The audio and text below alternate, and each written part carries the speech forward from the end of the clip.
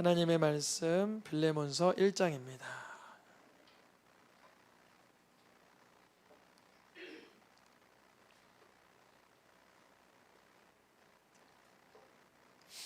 (1장) 4절에서 6절까지 한 절씩 읽고 마지막 절은 나눠서 읽겠습니다. 내가 항상 내 하나님께 감사하고 기도할 때 너를 말함은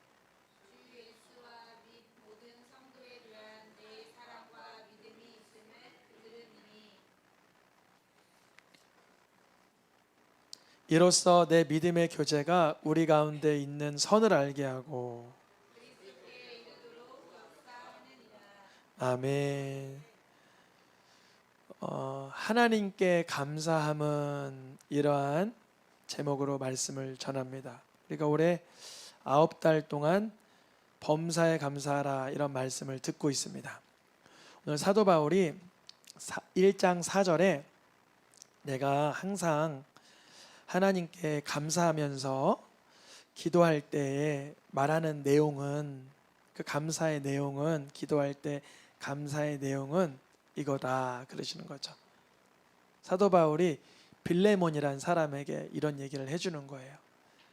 첫째는 예수에 대한 사랑과 믿음이 너에게 있다. 예수에 대한. 또한 모든 성도에 대한 사랑과 믿음도 있다라고 들었다 그래요. 사도 바울이 감사하는 그 내용, 감사하는 이유, 근거는 성도들의 마음에 예수님을 사랑하는 그 사랑, 예수님을 신뢰하는 그 믿음, 그리고 성도들 간의 서로의 사랑의 교제, 서로의 의지하며 신뢰하는 그 소식을 듣고 하나님께 감사하게 됐다는 거예요. 이런 거죠. 우리가 자녀들을 이렇게 양육을 해봐서 알지만 자녀들이 삶 가운데 하나님께 감사하고 또 형제들 간에 우애가 있으면 부모가 마음이 천국 나라 가도 될 정도로 흡족하겠죠. 더 이상 뭐 바랄 게 없겠죠. 아이들이 하나님을 신뢰하고 하나님을 의지하고 예수님의 그 사랑을 알고 형제들 간에 자매들 간에 서로 돈독하게 우애가 있고 그러면 뭐가 걱정이 있겠어요. 그래서 사도 바울은 그 부분에 대해서 감사한다 그래요. 사도 바울의 편지를 보면 이런 뉘앙스의 글귀는 반복됩니다. 우리가 예전에 한번 골로새서 말씀을 했었는데요. 골로새서에서도 같은 말을 했어요. 골로새 교회에 빌레몬 그리고 종의 이름이 오네시모, 그들이 골로새에 있었기 때문에 골로새 교회에 보내는 편지와 함께 빌레몬서가 같이 간 걸로 예상을 합니다. 그래서 골로새서에서도 비슷한 얘기가 있어요. 하나님께 기도할 때마다 무엇합니까? 사도 바울은 감사하는데 그 내용은 어떤 내용으로 감사하냐면 성도들이 예수에 대한 믿음이 있고 예수님을 신뢰하는, 예수님을 나의 구주로 믿는 믿음이 있고 또한 성도들 간에 무엇이 있어요? 사랑이 있음을 듣고는 하나님께 감사기도 할 수 있었다 그래요. 성도님들의 많은 그런 그 재능과 선한 일들이 있는데요. 그 중에 하나님에 대한 믿음 그리고 성도들 간의 사랑의 교제는 하나님께 감사할 제목이라고 말하고 있습니다. 이 두 가지를 먼저 나누어서 먼저 보면 첫째는 예수에 대한 사랑과 믿음, 또 하나는 두 번째는 성도들 간의 사랑과 믿음. 골로새서에서도 다시 말씀하면 예수에 대한 믿음, 또 성도에 대한 사랑, 이것을 두 가지로 나누어 감사할 수가 있어요. 먼저 첫 번째, 예수에 대한 사랑. 우리는 예수님 당시 살지를 않았기 때문에 예수님을 못 보았어요.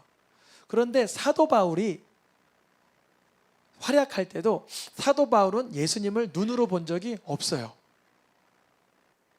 베드로도 예수님이랑 3년이랑 같이 다녔지만 베드로가 사역을 활달하게 할 때는 예수님이 이미 승천하셨어요. 그래서 베드로가 뭐라 그러냐면 예수님을 못 보나 눈으로는 못 보나 무엇할 수 있다? 사랑하게 된다. 이게 어떻게 가능한가? 그러니까 반대로 예수님을 눈으로 보던 사람들은 예수님을 다 사랑했나요? 상당히 많은 사람들은 예수님을 십자가에 못 박으라, 십자가에 못 박으라, 없이 해라, 없이 하라 그랬어요. 예수님의 제자들마저도 예수님을 팔아버렸단 말이죠. 사랑하지 않았어요. 그러니까 내가 예수님을 눈으로 본다고 사랑한다라고 생각하면 착각입니다. 우리도 예수님을 내 눈으로 보면 사랑스럽지 못해요. 예수님이 왜 사랑스럽지 못하냐면 예수님은 얼굴이 호감형이 아니었어요. 좀 못생기셨어요. 예수님이 30살 좀 넘었는데 50살로 보였어요. 예수님이 30이 좀 넘었으면 거기다 예수님 총각이셨는데 젊은 청년으로 보여야 되는데 늙은 아저씨로 보였다니까요. 그러니까 못생기셨어요. 그 성경이 말하고 있는 거예요. 흠모할 것이 없고 나이가 50도 되지 않았는데 그랬단 말이죠. 그러니까 우리가 예수님을 육신의 눈으로 보면 못생기셨고 늙어 보이고 또 나사렛 출신이고 흠모할 것만한 게 없어요. 제자들도 예수님을 등지고 도망가 버렸단 말이죠. 우리가 예수님을 사랑하게 됐다. 그것은 눈으로 봐서 사랑하게 되는 거랑은 다른 차원입니다. 또한 예수님을 신뢰하게 됐다. 그거는 예수님을 보지 못하나 신뢰하게 되는 거는 지금 눈앞에 예수님이 잡히질 않아요.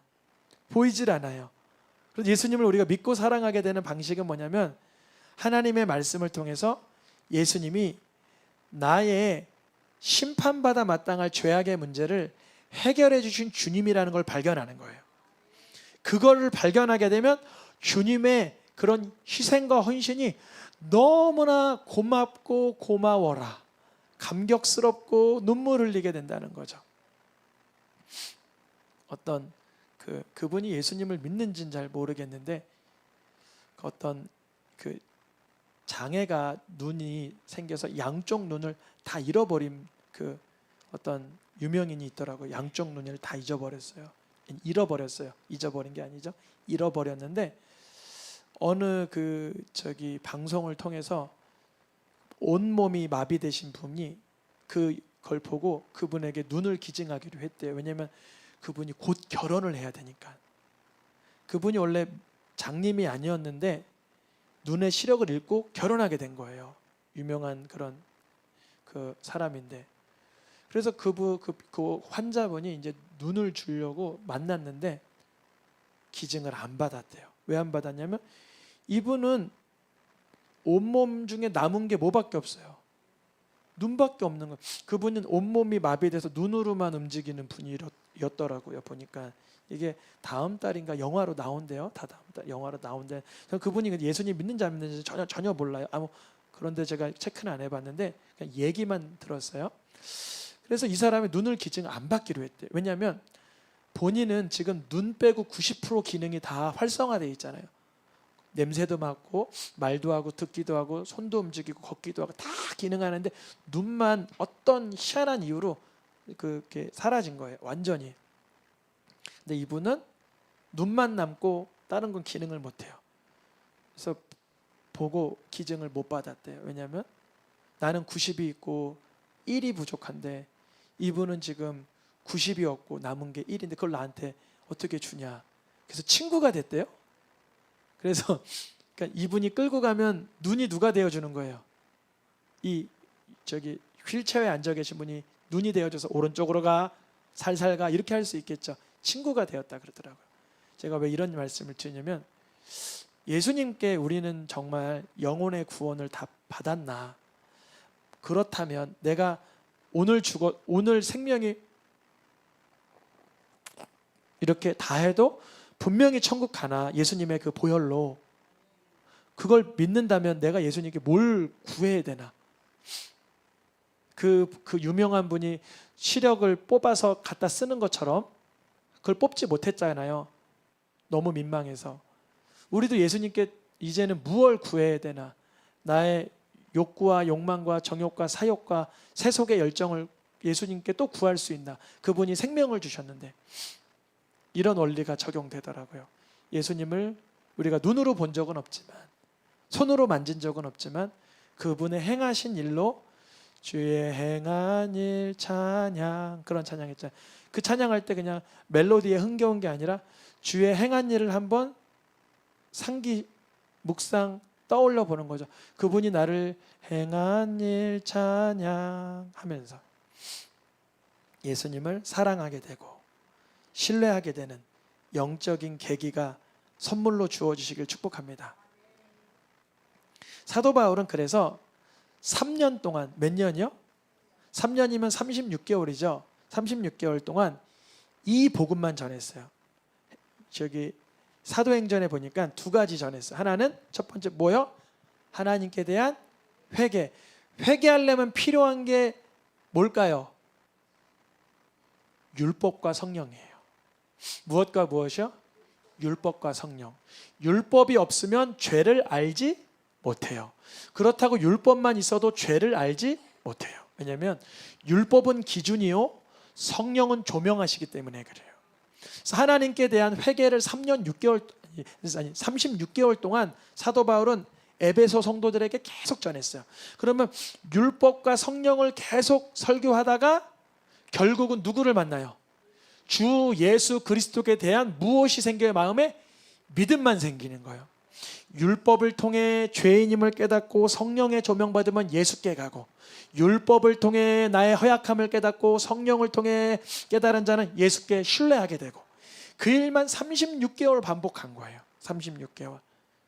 사도 요한도 계시록에서 성도의 특징을 이 두 가지로 말해요. 읽어보겠습니다. 하나님의 계명과 예수에 대한 믿음.